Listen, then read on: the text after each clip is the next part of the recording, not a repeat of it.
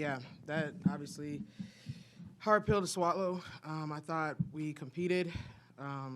We fought. Really proud of our fight. If, that's number 14 team in the country, we're not far away from that. So we just got to understand we need to get confidence from this game. We got to watch the, second half and the end of the game and execute a little bit better on both sides of the ball. But I'm proud of our fight for sure. Coach, Duke had someone more basically every place she was on the court. It looked like they were determined to not let her beat them. Do you expect more of that going forward? Yeah, we talk about it all the time. Mo's a great player. Great players garner that kind of attention. But, we just got to figure out ways to spell her a little bit.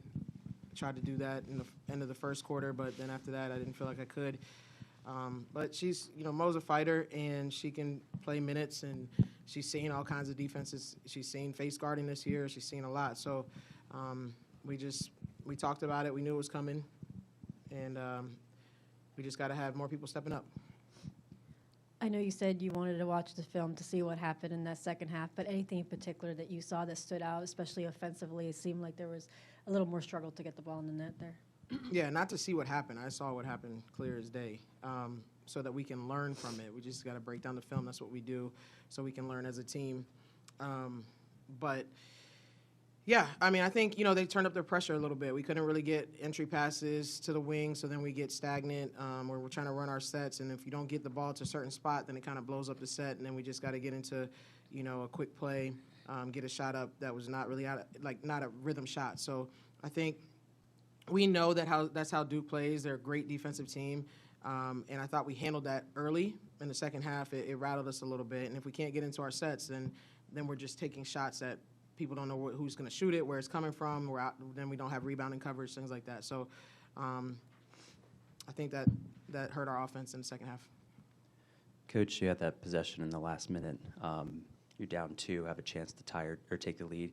You walk us through what you were looking for on that possession. You ended up getting that 3 attempt from Odessa. Was that what you wanted? And just walk me through just the late game execution there. No, we didn't execute. We kind of blew up the play. But I don't really need to get into that. We were trying to get a 2. I was going for the tie at that point, and we didn't execute. And then defensively, obviously not the result you wanted tonight, but it seems like the defense is coming along strong in the last couple of games. The Clemson game in particular, you guys have gotten really good at chasing the other team's three-point shooters off the line. How can you evaluate how your team's playing defensively? I think our defense is getting a lot better. I think that we're throwing people off their offensive rhythm a little bit with the things that we're trying to do. We held them to 60 points. I think we've held the last 3 teams to under 60. So our defense is getting better. Now, they scored down the stretch, and they had people step up and hit threes and things like that down the stretch. But overall, I'm pleased with how our defense is coming along. I think it's going to continue to get better and better. Building off that defense, Coach, Duke has scored double-digit points in a quarter 64 of 68 times for 94.1%. You guys were just the 3rd team in the country to hold them to single digits in a quarter. Can you talk about what it meant to come out of the gate early on and really show them that this is your house? Yeah, I thought our first half was about as good as we needed it to be. I thought we asserted ourselves early. I thought we were very aggressive. We competed. I think rebounding obviously is something that we do really well, and I think we didn't really execute that all game, obviously being minus 15 on the boards. But other than that we got timely rebounds, I think, that allowed us to either get second chance points or to push in transition if it was a defensive rebound. We rattled them. We made them take tough shots. We were flying around. We contested. And there were still possessions in the second half where we did that. They got into a little bit of a rhythm. They got confidence when they saw a couple go through the net. But, I think our defense is coming along, and you got to be able to defend in order to win. So I'm proud about that. Kamora, what do you take away from a game like this where you play with a ranked team till the end and have a chance to win?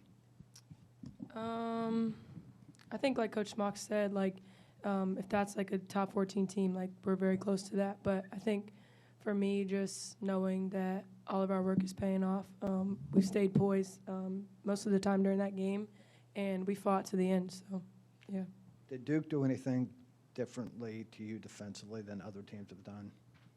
No, I've seen that defense before, last year and also this year. So.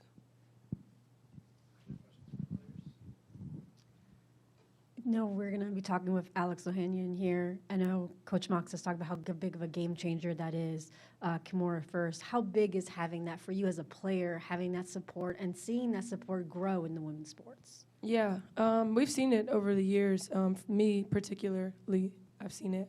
But it's just really inspiring to have people and men in this industry trying to give and donate to women's sports. But as a player, it helps us. It's a life-changing donation, and I think that it fuels us on and off the court. It keeps us going. But also Alexis, just as a person, he's a great guy. He's always there. I'm always chatting up with him. So just having that connection is really important for me and my team.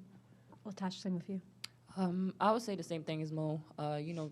Women's basketball hasn't really always had the spotlight just coming into college basketball. But as time went on, you notice that a lot of men started supporting the women's basketball, and honestly, just having Alexis supporting us on and off court, like Mo said, is very, very. I'm very grateful. Our whole team's grateful. Coach Moss is grateful. But other than that, like Kimura said, it fuels us. It keeps us pushing. Just to know that we have not only women but men supporting us off the court, on the court. So yeah. As for both players, you guys both played a ton of minutes tonight, I think 36, 39 minutes. How is your endurance, I guess, when you get into a late game situation like that? Close game, every possession is so important.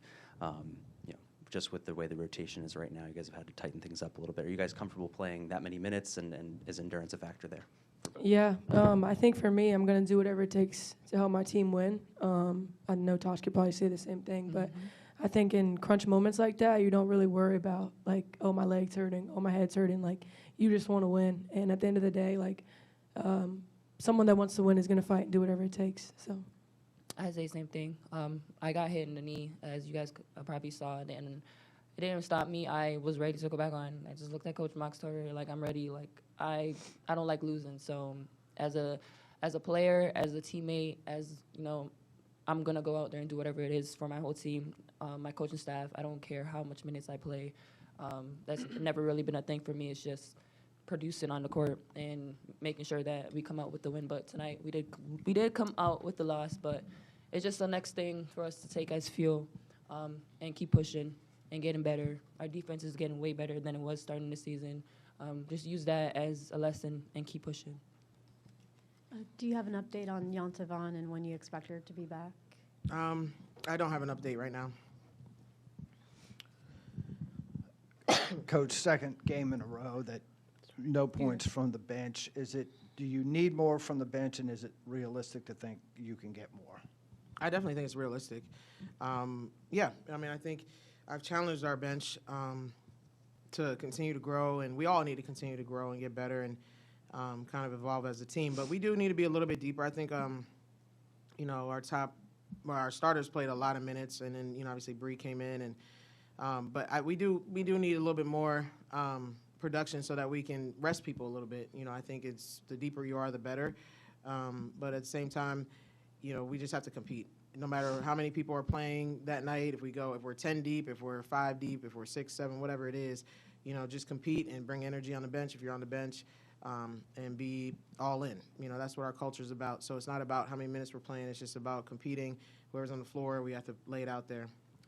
One thing I do want to say, though, I didn't give credit to Duke in the beginning of this because I thought, they fought through adversity, too, in the game, and, they executed.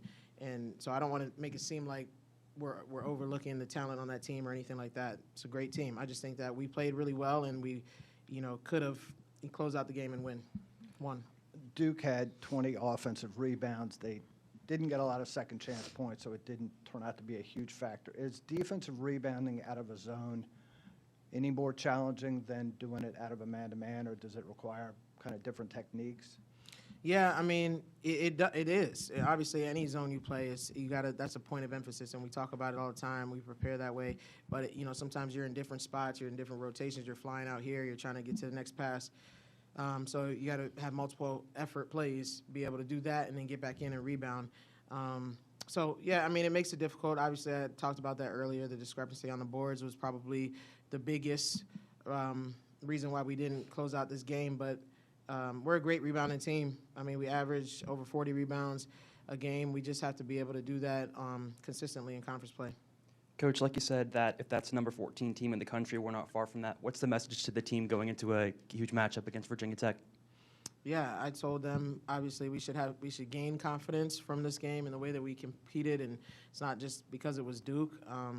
It was because we're growing, we're maturing as a team, we're getting better. So it's not about the opponent, it's about our journey and the evolution of our team. So just to continue to, we'll break down the film and we'll learn from our mistakes in this game, but to continue to grow together and get more production from people, but also understand that we're trending in the right direction.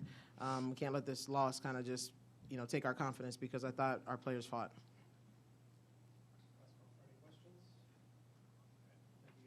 Thank you.